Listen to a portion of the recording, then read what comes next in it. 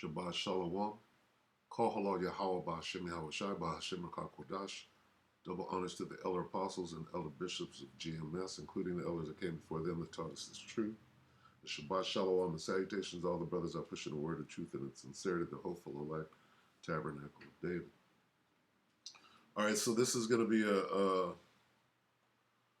quick summary. I'm going to try to go as quickly as I can of the situation that's going on right now. All right, and I'll probably call it the Most High's movie, spoiler alert. Okay, because we're going to go into what's going on, why, and there's a video that says something that I've been saying for years now, but this military analyst, if you will, who goes by the name of Joel Skousen, he actually comes out and says it himself as to why these nations are fighting against each other or about to fight against each other in World War III. All right, and the reason is because they're fighting over something that they agreed upon. What did they agree upon? The NWO. So if they agreed upon the NWO, why are they fighting against each other? Okay, and that's basically the question that we're going to answer. He's going to answer it for you. So let's start at the top. This is the Most High's movie, all right? And a lot of stuff is going on, but here's the crux of the movie right here. Jacob and Esau, okay? So let's start.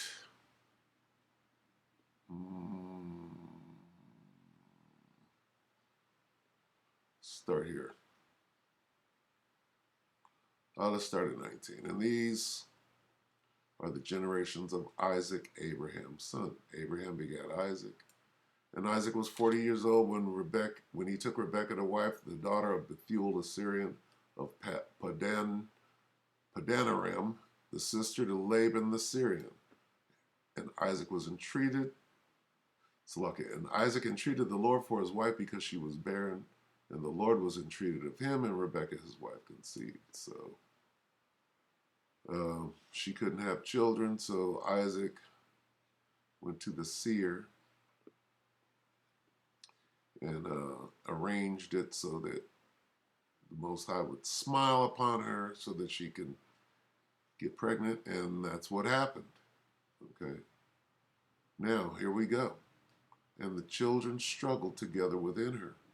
So that's where the fight starts. And it actually, in the reincarnation, it goes back to Cain and Abel, but here we are at this point.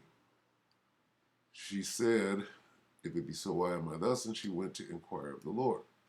So she went to the seer. All right, now here we go. And the Lord said unto her, two nations, all right, nation against nation, are in thy womb, and two manner of people shall be separated from thy bowels, and the one people shall be stronger than the other people. And here's the point. This is the bone of contention. Nobody wants to be a slave. Okay? Although everybody has to at one point in time. And the elder shall serve or be a slave to the younger. And I mean, none of this matters until we're in the everlasting kingdom. So who's going to be an everlasting slave? Or at least until you get burned up and done away with entirely. All right? That word right there, you say that, oh, you're going to be a slave. And then it's on and cracking. All right, so let's find out who this elder is that shall serve. All right? Let's jump down to 25. And the first, there's the elder right there. The first came out red. And they called his name Esau. Okay, and I'm jumping around and I'm skipping. I'm just trying to This is the spoiler alert. I'm showing you what is taking place in the Most High's movie. So somebody's going to be a slave, and they don't want to be, especially after what they did to us. Okay? This is what the whole thing is about. How do I get out of this? Why did you write that into the movie? Why do I have to? Nobody wants to be a slave. Okay? Especially if you further the affliction. If you done further the affliction and set yourself up for hardcore chattel slavery, you're like this, oh, hell, we got to do something. We got to get out of it. What can we do? Okay? All right, so there's that. Let's go to, I believe it's 27 and...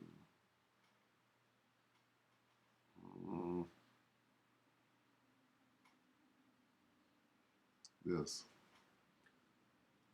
This is Genesis 27 and 41. And Esau hated, wait. Let's go to 40. All right. And by thy sword shalt thou live. Who is this? This is Esau, is the sword. Okay. This is Isaac giving him his blessing. And thou shalt serve thy brother. There it is again.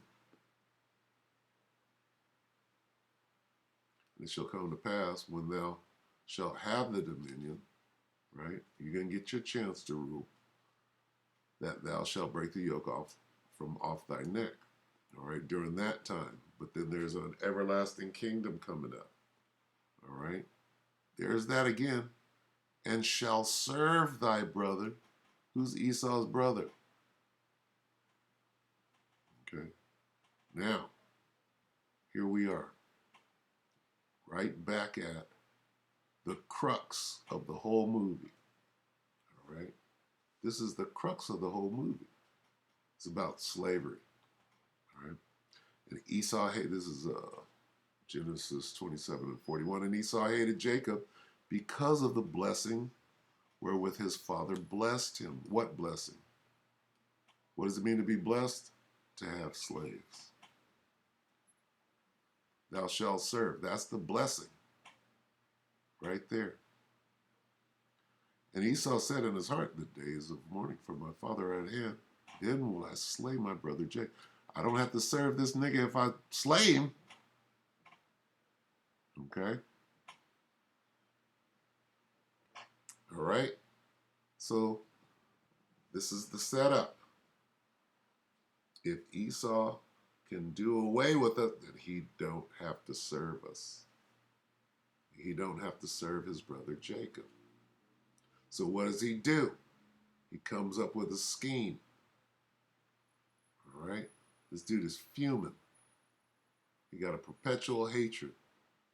All right? And this is all setting up the movie. So what is this guy doing?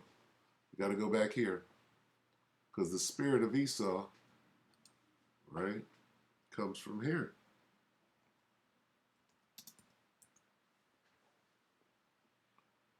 Now the serpent, this is Genesis 3 and 1. Now the serpent, who is Esau, was more subtle than any beast of the field with which the Lord God had made.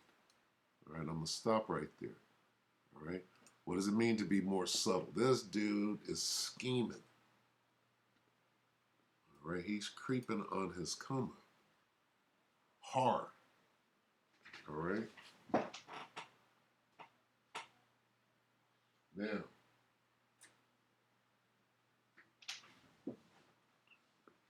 let's go to Revelation, because this is the time that we're in. The last 500 years, if you will. 20. Okay. Now we're going back to the Dark Ages here. Revelation 20. And I saw an angel come down from heaven having a key of the bottomless pit and a great chain in his hand. There's that slavery again, that great chain. And he laid hold on the dragon, wait a minute. That old serpent, we just read about that serpent in Genesis, the one from the garden, which is the devil and Satan, bound him 1,000 years. That was your first period of slavery, called the Dark Ages, and cast him into the bottomless pit, shut him up and set a seal upon him that he should deceive the nations no more till the 1,000 years should be fulfilled. And after that, Salakia, and after that, which is the time we're in now, he must be loosed a little season. All right, if 1,000 years is a season, by extrapolation, right, a little season must be half of that, right? And that's just me. Okay. So this guy has to get his turn. He get one last turn, right? To do what? Deceive the nations. That's what he does. The devil, right, does what? Deceives, right? So he got shut down for 1,000 years, so he couldn't do what it is that he was created to do. No more until that 1,000 years, which was called the Dark Ages. After that, he must be loosed a little season to do what? Jump down to 7. When the 1,000 years are expired, Satan shall be loosed out of his prison and do what? And shall go out to deceive the nations which are in the four quarters of the earth, Gog and Magog, to gather them together to battle. Right? The number of whom is as the sand of the sea. It's talking about Israel right there. Okay, so the point is this. In 1492, Columbus sailed the ocean blue. All right?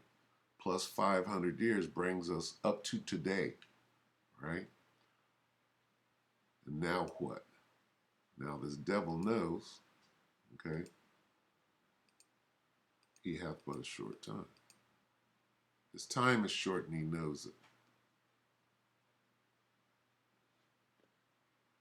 This is Revelation 12:12. Therefore rejoice ye heavens, and ye that dwell in them. Woe to the inhabitants of the earth and of the sea, for the devil is come down unto you, having great wrath, because he knoweth that he hath but a short time.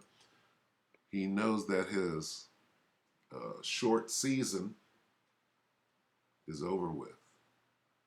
Okay? And what's going to happen? He knows that now it's time for him to go back into slavery. Okay? You had your chance to deceive, right, the earth, and you did a damn good job. But now we've woken up,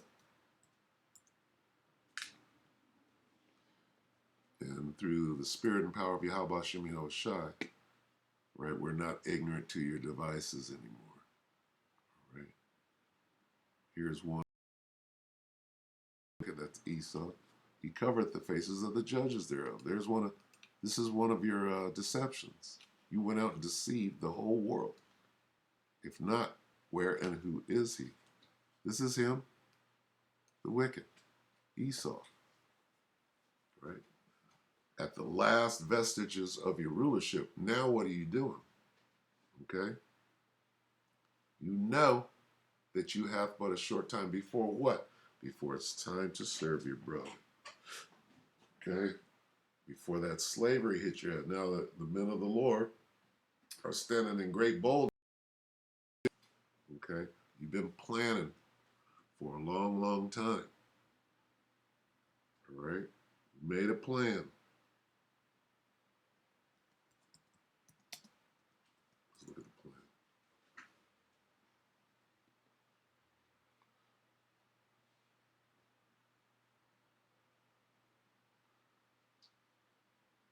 Psalm 83:3. They have taken crafty counsel against thy people and consulted against thy hidden ones.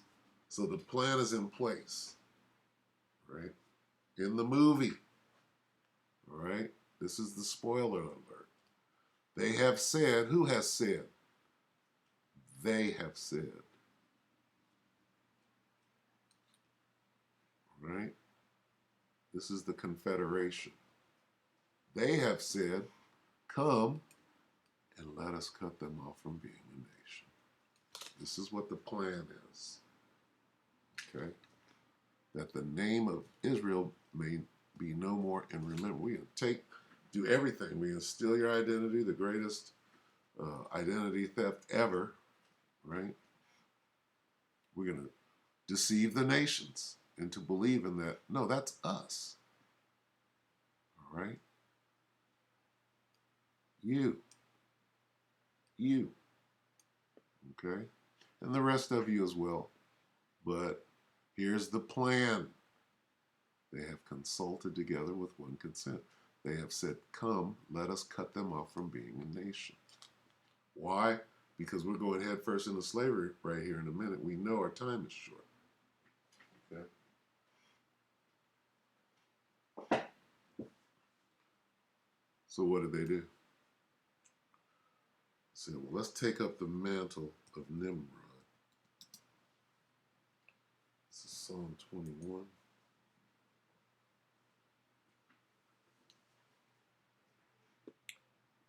And 11.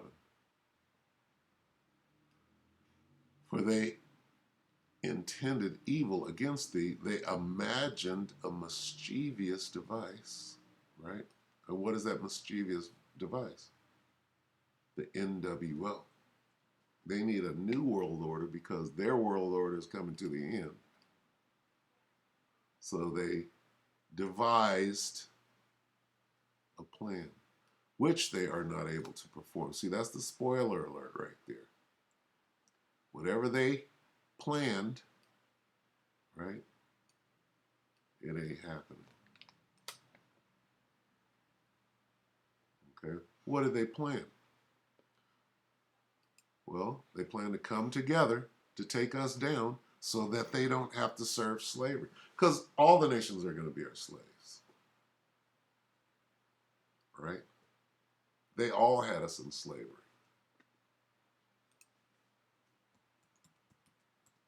And I know I'm rambling the long way, but it is what it is.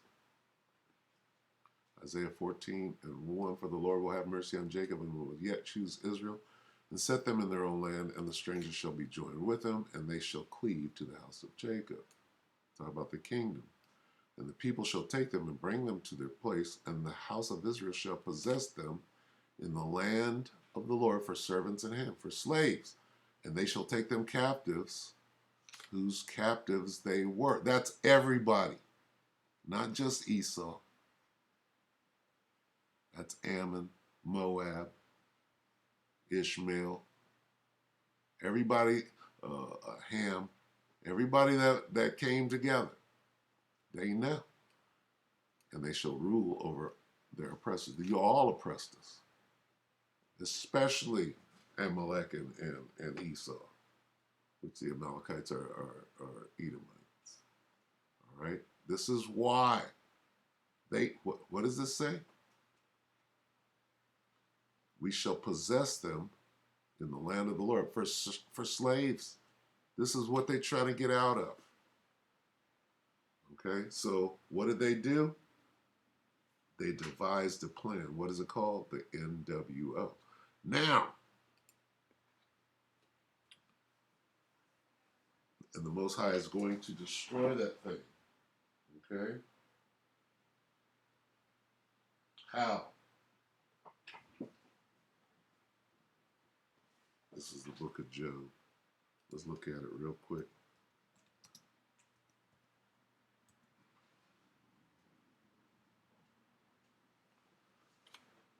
Job 20.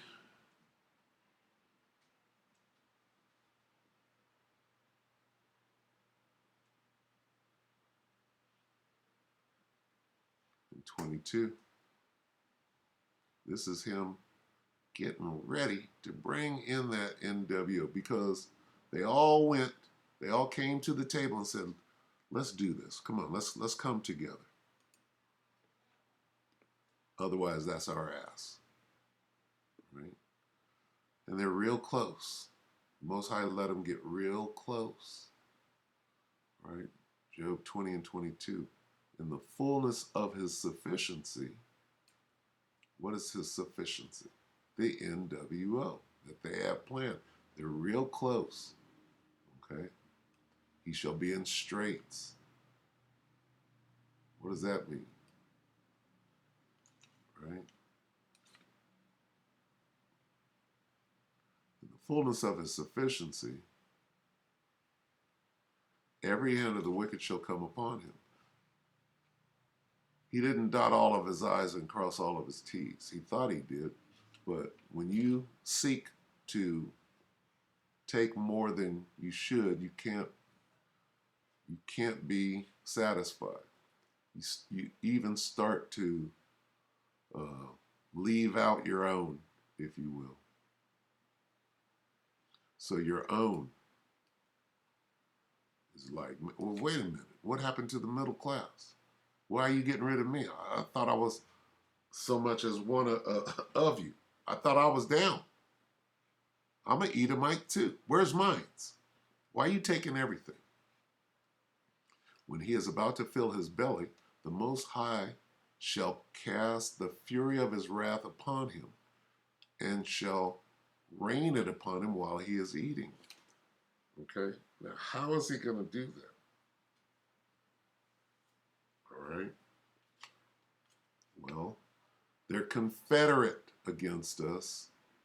They have a plan, right? The NWO, where they're going to take us all down.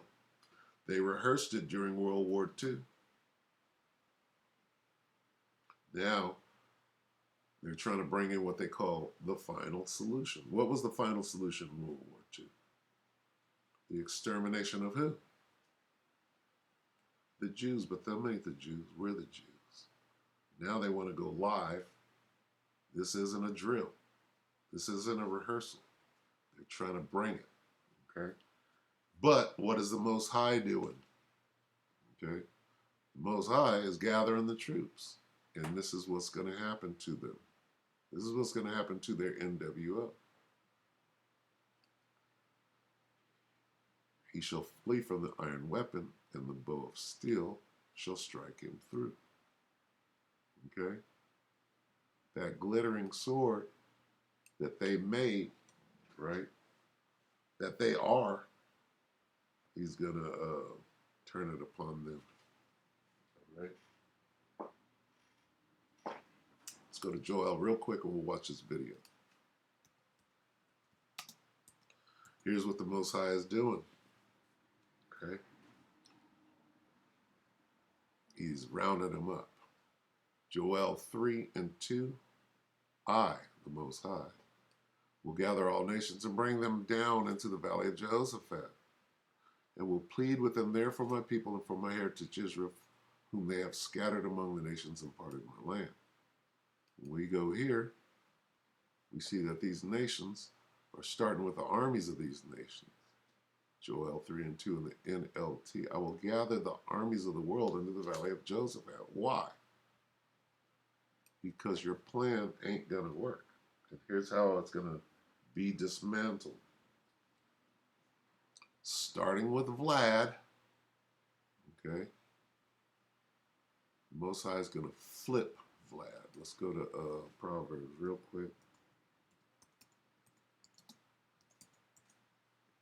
And show you that the Most High flipped Vlad. The king's heart, there's Vlad. The king's mind is in the hand of the Lord as the rivers of water. He turneth it whithersoever he will. Okay? Extreme or supreme mind control. Okay? Good news. The Lord controls the mind of a king. Who's the king? Vlad. Vlad is under what? Supreme mind control. Who's the supreme? Yahweh Shem Yahushua. And what did he do?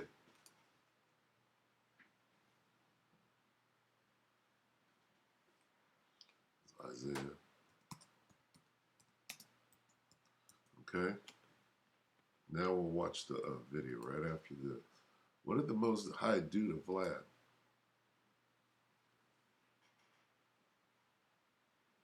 Okay. He did this.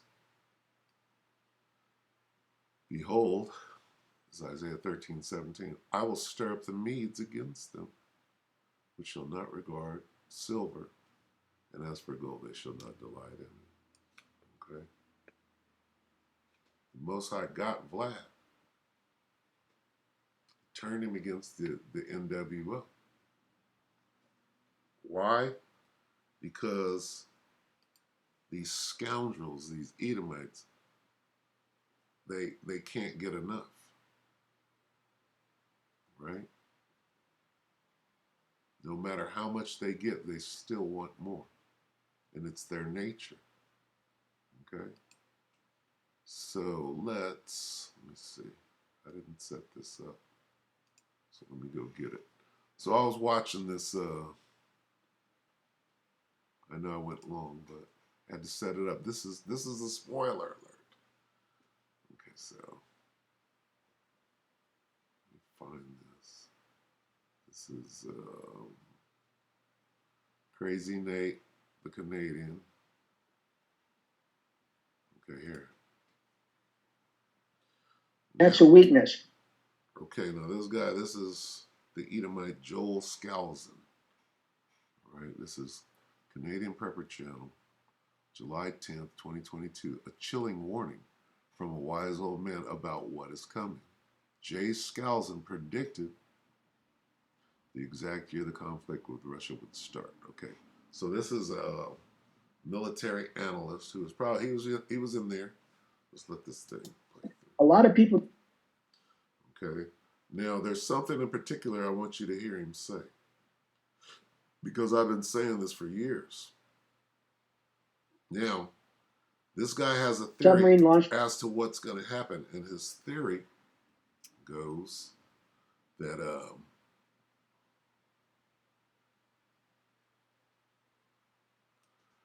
that China and Russia,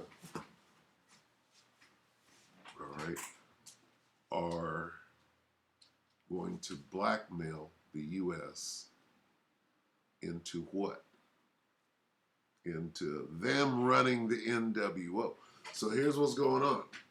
These guys all came together, right? What is the NWO? The New World Order. What does the O stand for? It stands for order. That means they all came together and agreed that they would be part of this. They took that oath. What they don't agree on is the order. Who's running shit? Okay? That's why they're fighting. Why are they fighting? They came together, and then the Most High goes in with supreme mind control, and he flipped Vlad. And Vlad went to Xi and said, hey, let's stage a coup on the NWO. And now the coup is growing. All right? Hey, we ain't going to let these fools just run us in the NWO, are we? All right? The Most High created that. So now what? Now he's gathering them for the ambush. He's gathering them to go to war, World War III. And that's where he's going to put them all down so that they can't, I mean, when he's about to fill his belly, sudden destruction. Okay? So let me see if I can find this. What this guy's going to say is, he's going to say a couple of things, all right? See, the devil knows the nature of the devil. He knows who he is. He knows he's a liar, right? And he's a betrayer. That's the spirit that's on him. So Babylon started planning for this a long time ago, during what you call the Cold War. And under Ronald Reagan, right, they planned knowing that there was going to be a betrayal of sorts in the NWO. So what did they do? they created something called Star Wars. Now he's going to explain that Babylon the Great, which is America, knows that there was going to be infighting in the NWO as to who's going to run shit. So under Ronald Reagan, they started stealing money, black budget, to do what? To weaponize space, called Star Wars. And why? Because they knew that the Soviets and the Chinese would have more weapons. So they hedged their bet. They said, well, we're going to put some weapons in space to be able to stop this fucking coup, if you will, and ultimately run the NWO. That's what he's going to say. Now, what he doesn't understand is that the Most High got this whole thing. It's his movie. And I'm explaining it through the scriptures. Now, watch what he says, and we'll analyze it. Let me see if I can find it. And I was telling about PDD 60, and he didn't believe me. So I pulled it up on the Arms Control Today website. Now, PDD 60 is Presidential Decision Directive 60. It's still top secret. But because the Washington Post came out and said, oh no, it's all right, don't worry, we can still launch on warning, Arms Control Today, who helped write it, as big disarmament experts that they are, they came out and said, oh no, you can't launch on warning. And so they revealed in an article by Craig Cernillo, November 1997, armscontroltoday.org, it's still in the archives, you can still read it. He said, no, you can't launch on warning. The order says that American missile forces have to absorb the nuclear first strike and then retaliate as a gesture of goodwill to the Soviet Union that we are not a threat. Now, it's interesting that, how should I say, one of the prominent disarmament experts, Bruce Blair, came out about 6 months ago and said, you know what we need to do with the Biden administration is to revamp our nuclear doctrine to stop launch on warning. And I said to myself when I first read that, I said, wait a minute, doesn't he remember PDD 60? And so I called up Arms Control Today and I said, you know, has PDD 60 been repealed? What is Bruce Blair? Arms Control Today should know. Bruce Blair is saying we need to get rid of launch on warning, and I'm telling him it's already gone. PDD 60 has never been repealed. It's still top secret. Our military forces practice launch on warning, but they're not going to be allowed to launch on warning anymore. Now, what they're discussing right now, launch on warning, they're already discussing what the acronym MAD, right, which stands for Mutually Assured, they're already discussing annihilating each other when they're supposed to, you understand, have an agreement. Again, New World Order stands for we already came together. All right? Let me see if I can find this real quick. If it'll let me. Okay, so not this. I'm going to stop Scowsing for a second, and I'm going to type this in. 5 countries. All right? Brilliant is the best place to learn science interactively. It gets you hands-on. 5 countries.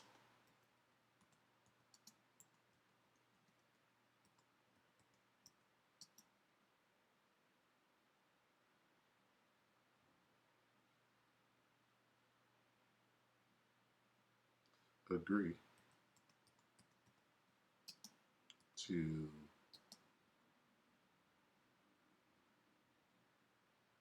no nukes.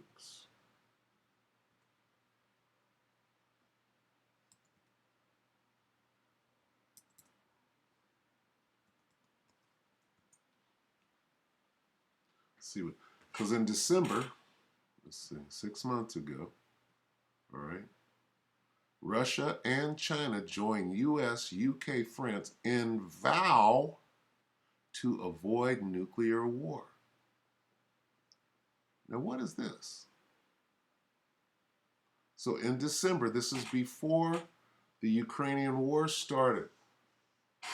Okay?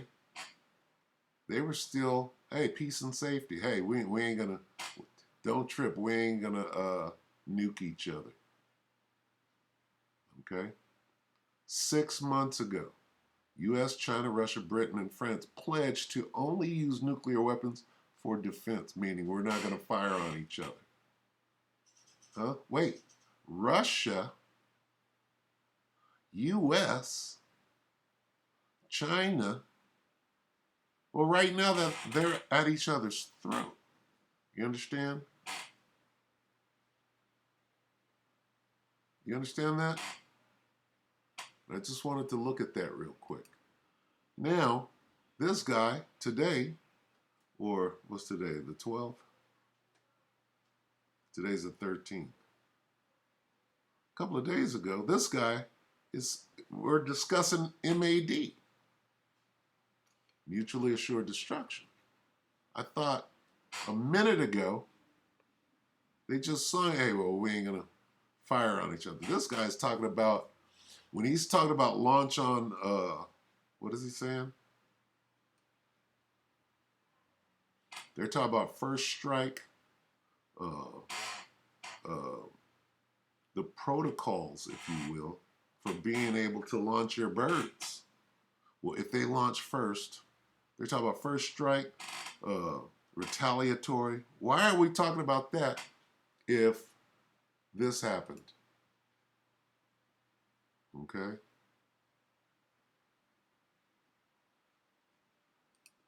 Let him talk.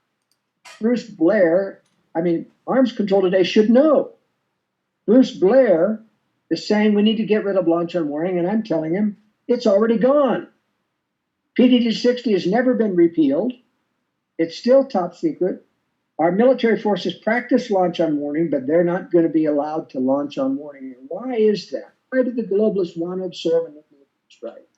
Now, he just said, why do the globalists want to absorb a nuclear first strike? So what he's saying is, we know they have intel. Babylon the Great has intel that Russia and China are going to launch a first strike. And that's what Babylon wants. That's why they're reinforcing their bunkers and switching up bunkers and getting ready to take that first hit. Why? Why is he saying that? Because the entire West, Canada, the US, and NATO depend on the US military to protect. If it's decapitated, our leaders come out of their bunkers and they say, oh, we didn't know this was going to happen. Of course, that's a lie. But now that our military is decapitated, we must join together with other Western countries and have a militarized global government to prosecute war. NWO. It's the perfect excuse. COVID won't get you a military government, but a war will, and a decapitation of US military power will get you into a militarized global government. Now, he's going to say something that I've been saying for years. What is all this infighting about? Why is Russia coming up against people that they signed treaties and agreed upon? Why? He's going to say it, right? The reason that they're doing all this infighting is because they want to be the one running shit in the New World Order. Russia's like this, we're running the, Xi is like this, no nigga, we're running the New World Order. We finna betray one another. Yeah, we shook hands, but this is how we get in. All right, we lie and make shit up, sign treaties, ask Gad. Okay, now listen close. That's why I think it's there. I don't know if I entirely agree with the theory, but in line with your theory, the idea would be that once they had taken out the military bases, then they would have the leverage of holding the cities hostage with the difference of nukes that would exist, that obviously the Russians and the Chinese would have much more nukes left after the smoke cleared. Now, what he just said is, after Russia and China launch their nukes on Babylon, on their military sites, okay, then they can come up out of their, when everybody comes out of their holes, then Russia and China are saying, okay, we still have all these nukes. Now you're going to do what we say. And what Skousen is going to say is that's exactly what they want, because Babylon has an ace in the hole. In the 1980s, they spent trillions of dollars to weaponize space and be able to shoot down those nukes with their space-based weapons. He's about to say that. Now listen close. So I think that's what you're suggesting, right? That's exactly right. The U.S. intelligence knows that Russia and China plan on a nuclear first strike. They know that they plan to hit military targets, not civilian targets, and they're going to use blackmail to get us to succumb and give them control over a new world order. Boom. Let's listen to that again. Okay. Why are these people fighting against each other when they have come together to form the new world order? See, because as we speak and as the war in the Ukraine and Russia is going on right now, everybody's still changing their monetary systems to CBDC. What does that mean? It means they're trying to bring in the new world order, right? All of them. In the Ukraine, they're switching their money over to digital. In Russia, while the fighting is going on, they're switching their money over. Everybody is coming into digital. Why? It's called the NW. So why are they fighting each other? They're fighting each other to see who the big dog is going to be to control that shit, which is going to be their undoing. And the Most High set that up by flipping Vlad through supreme mind control. Excuse. COVID won't get you a military government, but a war will, and a decapitation of U.S. military power will get you into a militarized global government. That's why I think it's there.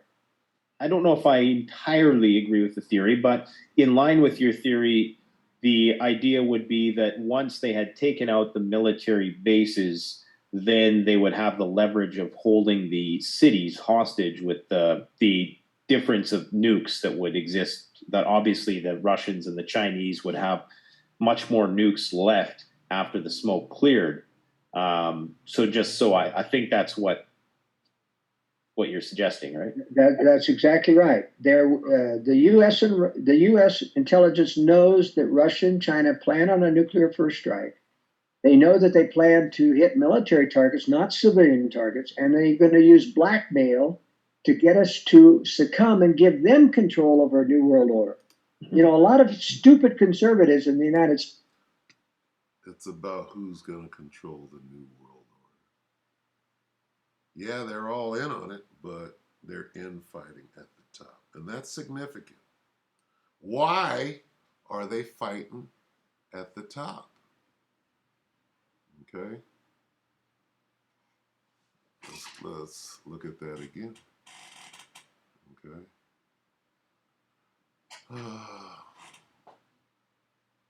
Let's go back to Proverbs. All right, here's why. They were confederate. They were all together. And then this happened. Good news. The Lord, Yahweh Shem Yahushai, controls the mind of a king. So what happened to Vlad?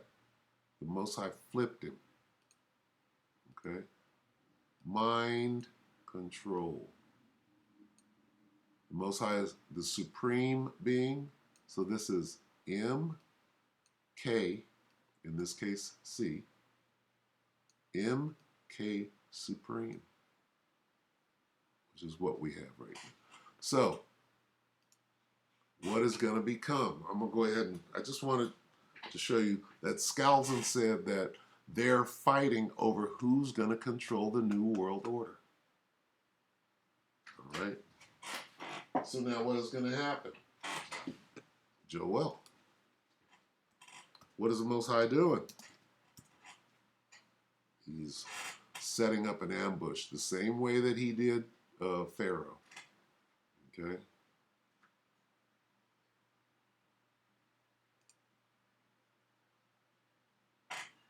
Joel 3:2, I will gather the armies of the world into the valley of Jehoshaphat.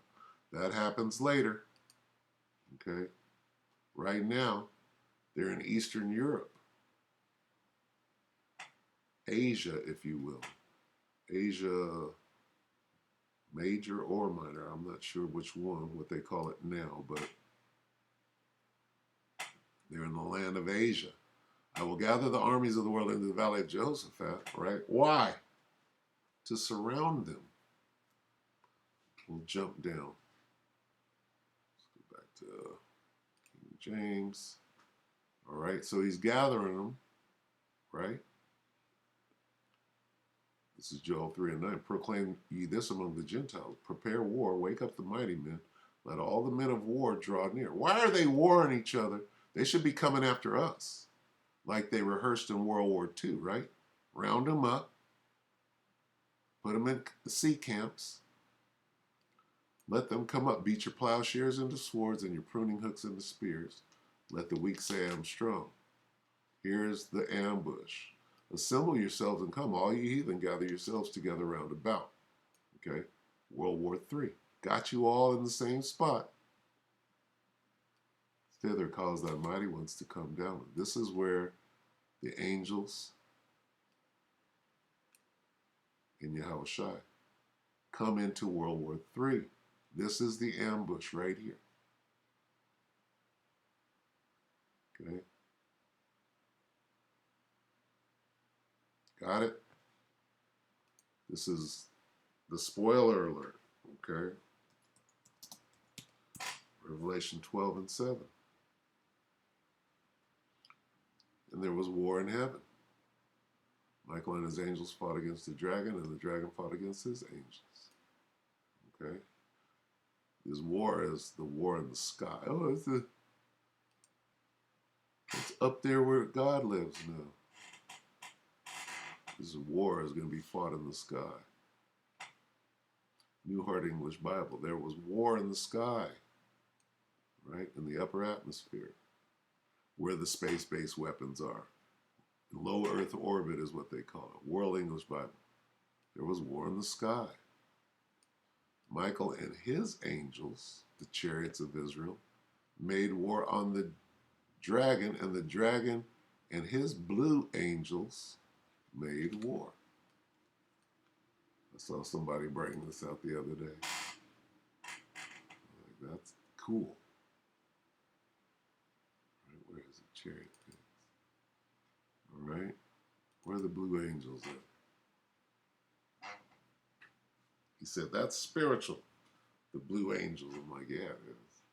All right. This is Satan and his blue angels.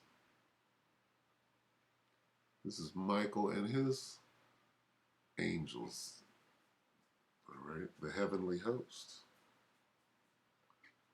Thither bring down, thither cause thy mighty ones to come down, O Lord, and get into World War III. Okay? All right, that's the big thing with the so-called UFOs. Hey, the war is on in Kraken. All right? So, let's see. Let's go here. And we'll go ahead and close it up. This is 2nd Ezra 13. All right, the war in heaven, right? Let's get 19 real quick.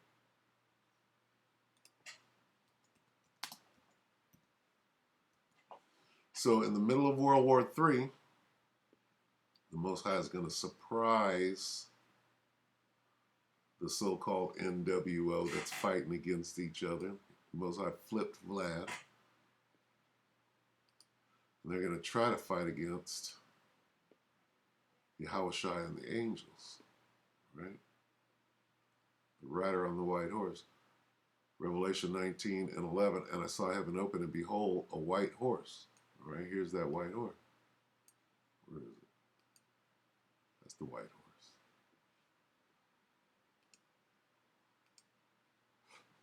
All right.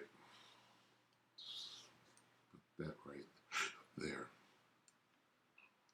And he that sat upon him was called faithful and true, and in righteousness he doth judge and make war. What do you mean, he that sat upon him? He was sitting upon this white horse. Let's get that right here. Okay.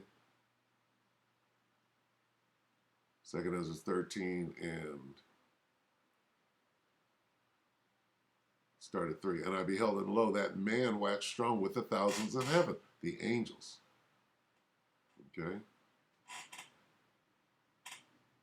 When he turned his countenance to look, all things trembled that were seen under him, jumped down. Okay.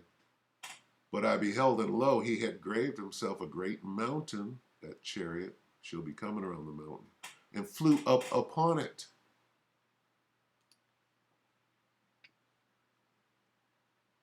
And he that sat upon him, what? That mountain. He was sitting on it. Okay? And he was flying up upon it. This should read, and I saw the fourth dimension opened, and out of the fourth dimension into the third came a chariot. Boom. And Yahushua was sitting on top of it. Right? And I'm having a little fun. Let me see.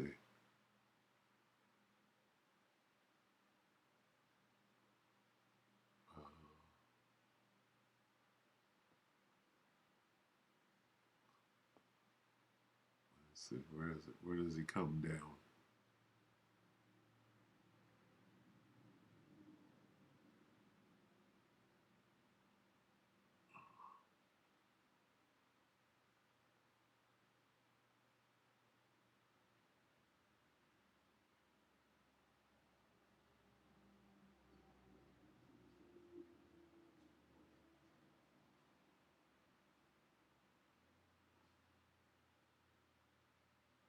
Right here.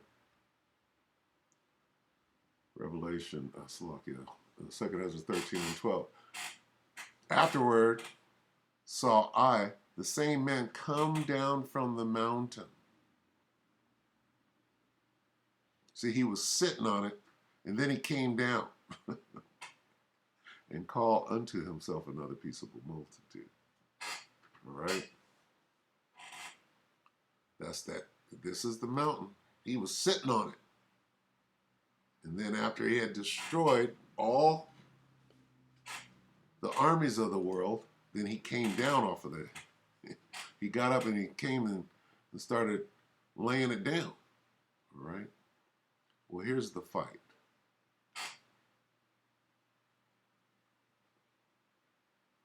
Start at 5. 2 Ezra 13 and 5. And after this I beheld, and lo, there was gathered together a multitude of men out of number from the four winds of heaven to subdue the men that came out of the sea. But I beheld, and lo, he had graved himself a great mountain and flew up upon it. That's that white horse.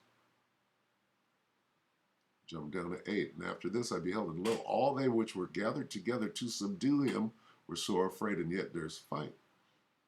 This is the war in heaven.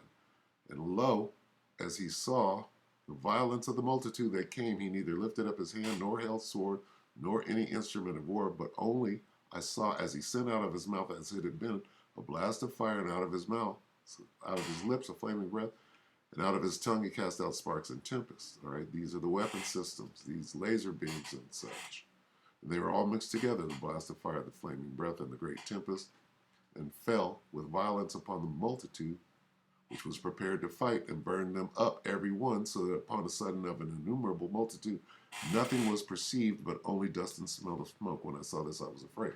Now, I just realized that I didn't let this man get to his theory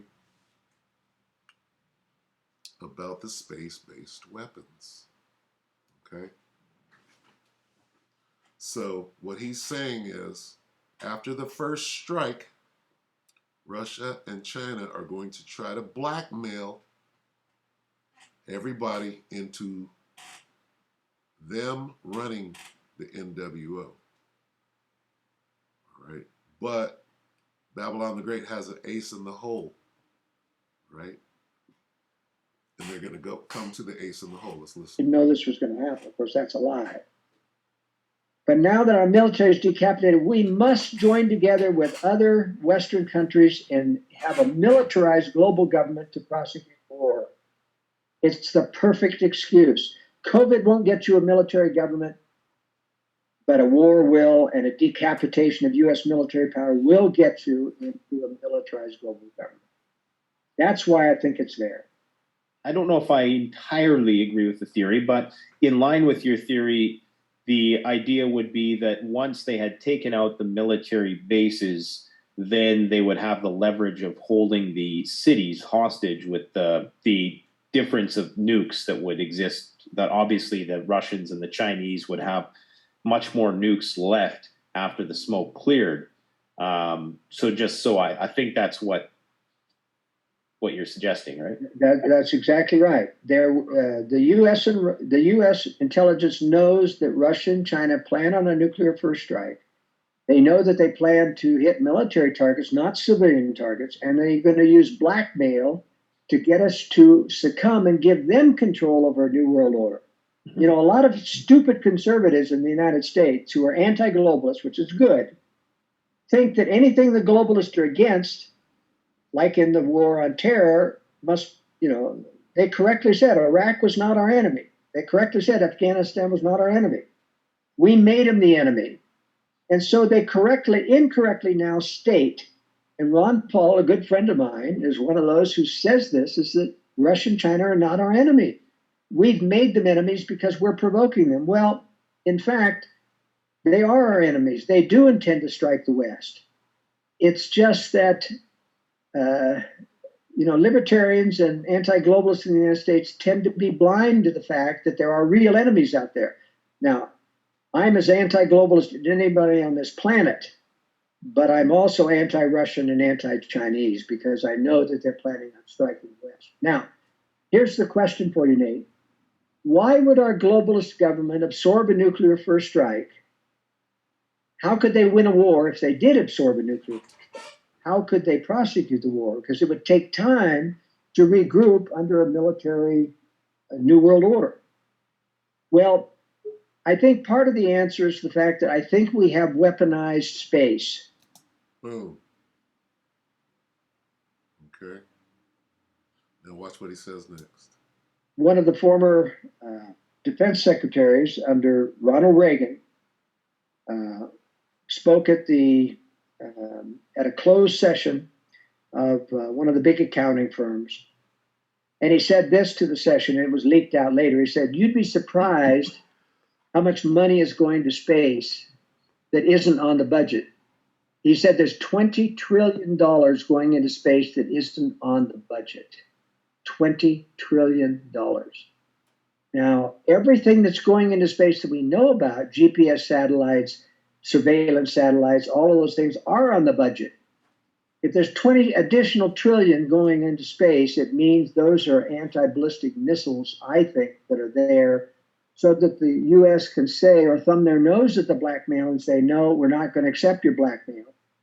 And then they can shoot down any weapon that China and Russia tries to launch on cities after that first military strike, because space-based weapons can hit those missiles in their boost phase before they launch their warheads. You see, you can't stop the warheads. We don't have the wherewithal to do that. But you can hit the missile as it is its slowest apex so that you can actually stop any future nuclear attack on America and give us time to rebuild under a new world order. And that's why I think. Do you hear that? Okay. Let's quickly type this. Let's see. Reagan. Star Wars.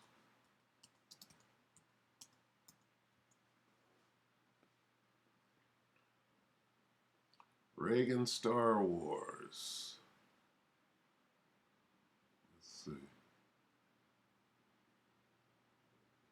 Promo. Look at this Reagan Star Wars promo, 1982. Let's watch this real quick. The policy of mutual assured destruction, which bears the appropriate acronym MAD, has paralyzed United States strategic thought for 2 decades. In recent years, the decline in U.S. military strength and a continuing Soviet military buildup have called into question our ability to survive and respond to a Soviet first strike. It is time for a bold new stroke in strategic planning.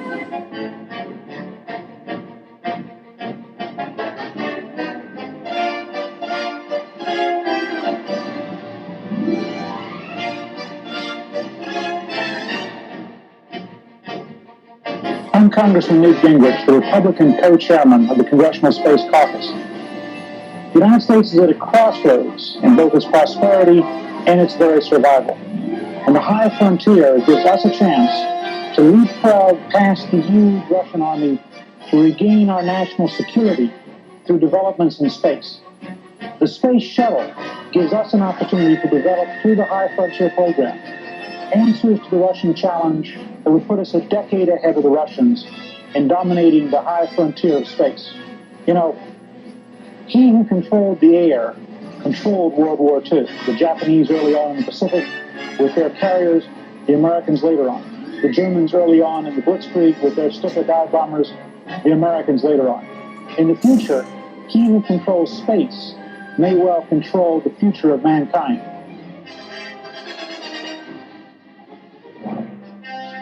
Please write to us at this address. Okay, well, that gives Skousen some validity, does it not? But what about this? All right.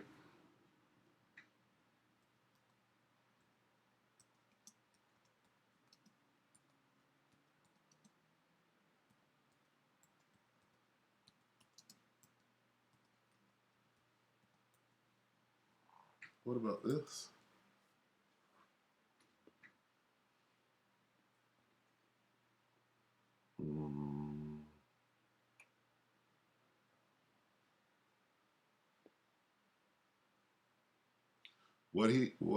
What this guy was saying, he's saying that you can't, after the nuke has reached its apogee, if you will, and then it goes into the nuclear phase, they can't be stopped. But if you can stop them before they get to where they can arm themselves, right, then you can stop them, right?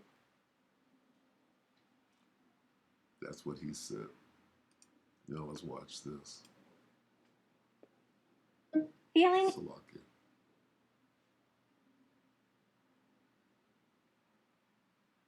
They make you watch the whole commercial now. And after this, then they have one that counts down. Okay, so let's go back here. Let's see. Happens in 1967 at Malmstrom Air Force Base in Montana. Nick is on his way to meet a key witness to the event.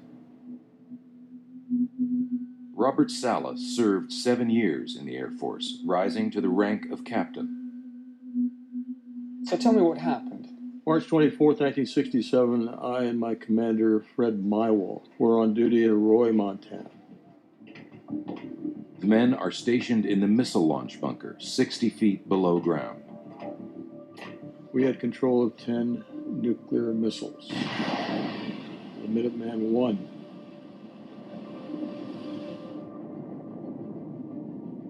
Each missile had an 800 kiloton nuclear weapon. If ordered, it's Salas's job to launch the warheads. I was on alert status. In other words, my commander, Fred, was taking a little nap break. Sometime in the early morning hours, we get a call.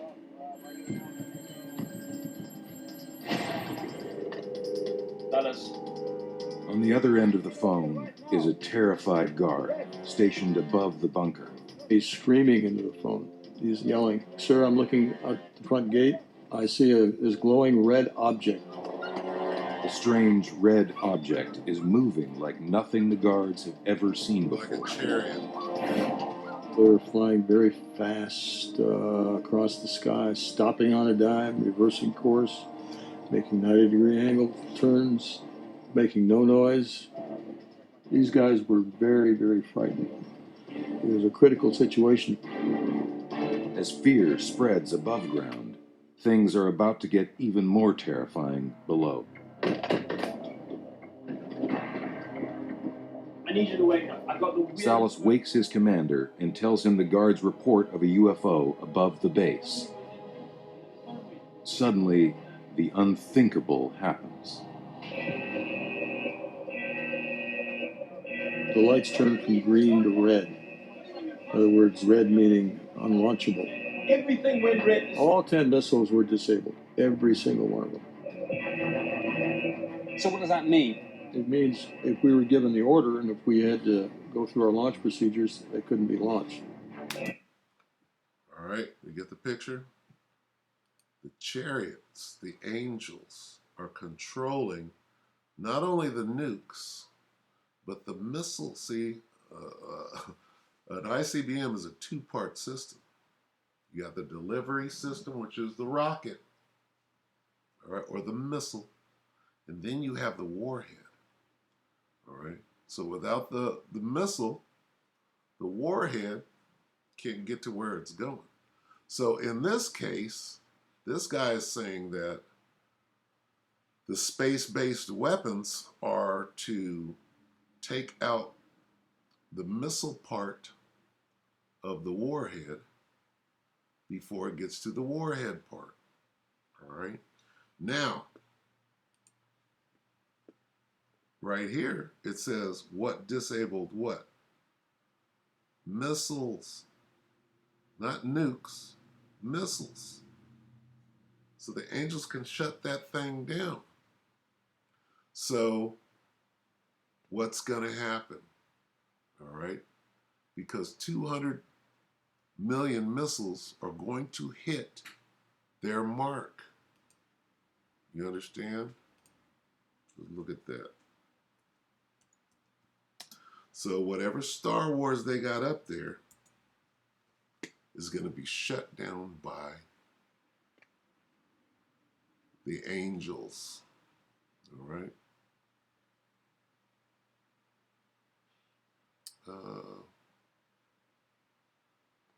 Joel 2. This is talking about the missiles or the ICBMs.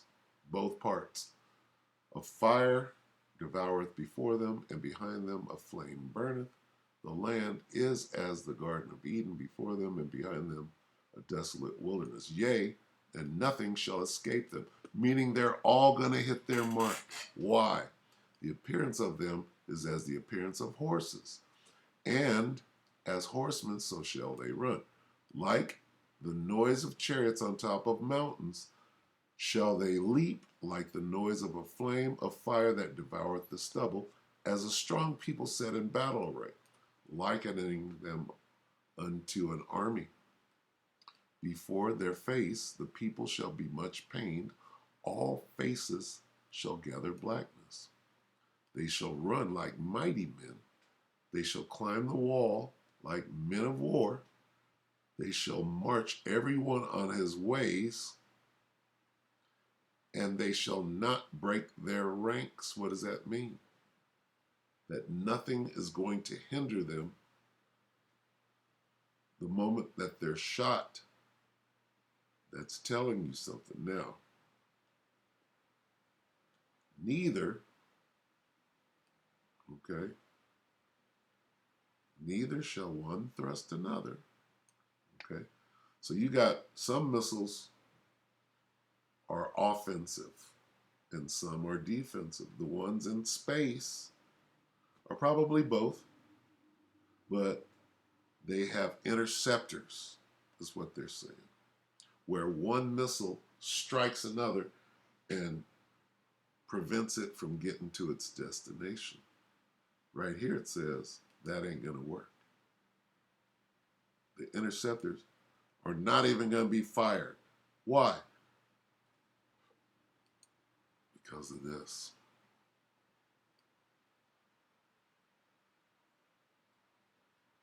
Right? Because of this.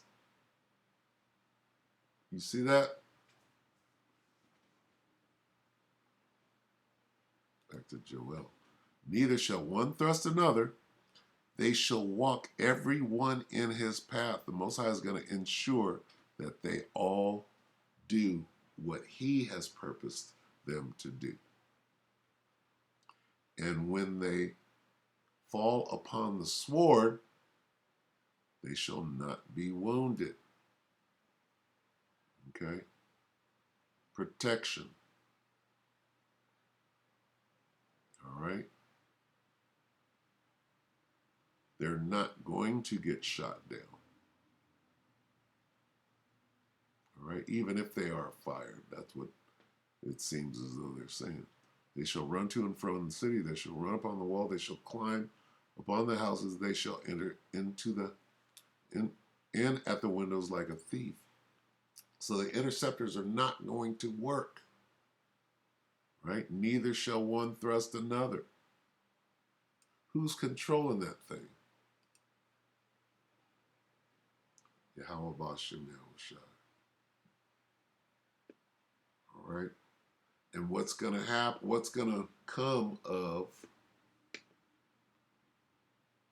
their plan? See? First of all, they're fighting, they're infighting. Okay? Let me read this again. This is what happens in the great war in heaven, right? Where Michael and his angels are fighting against Satan and his blue angels, if you will. This is 2 Ezra 13 and 11. And they were all mixed together, the blast of fire, the flaming breath, and the great tempest, and fell with violence upon the multitude, all of the armies of the world, which were prepared to fight, and burned them up everyone. All the armies of the world, okay, were burned up every one. So that upon a sudden of an innumerable multitude, nothing was to be perceived, but only dust and smell of smoke. When I saw this, I was afraid. We're going to end on this right here. So the plan, the NWO, is not going to come to fruition.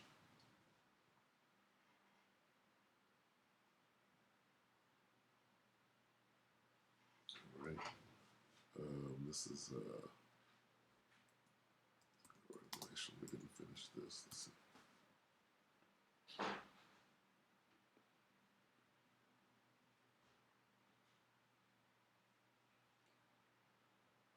Revelation 19:11 again. And I saw heaven open, and behold, a white horse, and he that sat upon him was called Faithful and True, and in righteousness doth he judge and make war. 14. And the armies which were in heaven followed him upon white horses, clothed in fine linen, white and clean. Here's what happened. Jump down to 19. And I saw the beast and the kings of the earth and their armies gathered together to make war against him that sat on the horse and against his army. And the beast was taken. All right. Taken down. And with him the false prophet that wrought miracles before him, with which he deceived them that had received the sea hip, and them that worship his image. These were both cast alive into a lake of fire burning with brimstone. And the remnant were slain with the sword of him that sat upon the horse, which proceedeth out of his mouth. Which sword proceedeth out of his mouth. Okay? Go into Revelation 11. Okay? Right before the extraction. All right? So, if that fire didn't get you, right, that great earthquake, then them chariots cleaned up after that. Revelation 11 and 13, in the same hour was there a great earthquake, and the 10th part of the city fell, and in the earthquake were slain of men 7,000, and the remnant were affrighted and gave glory to the power of heaven. So ultimately, the NWO is completely defeated, right? And then Yahweh Bashem Yahweh Shai ushers in the kingdom of heaven, all right? So that's the spoiler alert, all right? Those are the plans. These guys are turning on each other as we speak, right? They've been planning this NWO really going all the way back to Nimrod, right? They failed there. There's nothing new under the sun. They came back together in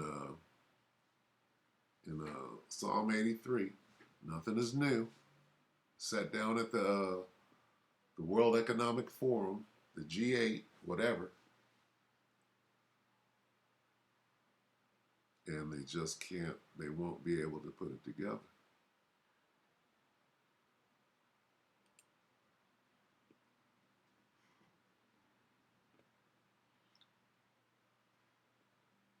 Revelation 12 and 8. And prevailed not. Okay? I'll read the whole thing. Revelation 12 and 7. And there was war in heaven. Michael and his angels fought against the dragon, and the dragon fought and his angels and prevailed not. All right? This is when the chariots shoot all of those space-based weapons, International Space Station satellites, all of that shit up in low Earth orbit that they spent all of that money on. Okay? Neither was their place found anymore in heaven. Got shot down. And the great dragon was cast out. There it is. They got shot out of the sky. That old serpent called the devil and Satan, which deceiveth the whole world, he was cast out into the earth, and his angels were cast out with him. Okay? So all of that money they spent on all of that to try to, double cross one another in the failed New World Order came to naught, or will come to naught. Okay?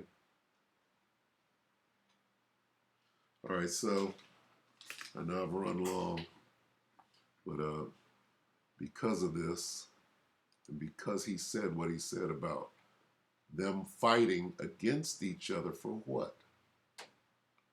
To be in control of the NWO. So that's basically the story. From where we are right now, you see them fighting each other over in Eastern Europe, which is spreading quickly. Okay? So with that, we hope that the lecture edified you, brothers and few sisters. With that, we're going to say Shabbat Shalom.